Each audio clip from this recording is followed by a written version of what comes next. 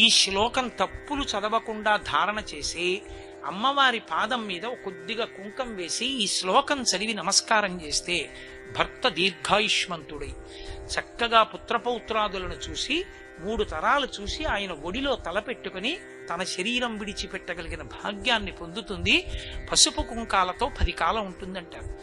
ఇది యథార్థంగా నా జీవితంలో ఒకానొక సందర్భంలో అనుభవంలోకి వచ్చింది ఒక విషయంలో. కానీ వ్యక్తిగత విషయాలు నేను సభావేదికల మీద చెప్పడం నాకు అలవాట్లేదు, అందుకని చెప్పను.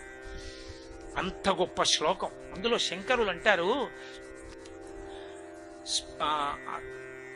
సుధామప్యాస్వాద్య ప్రతిభయ జరా మృత్యుహరిణీం విపద్యంతే విశ్వే విధిమకముఖాత్యాది విశదః కరాళం యక్ష్వేళం కబళతవత కాలకలన నశంభోస్తన్మూలం తవ జనని తాటంక మహిమా.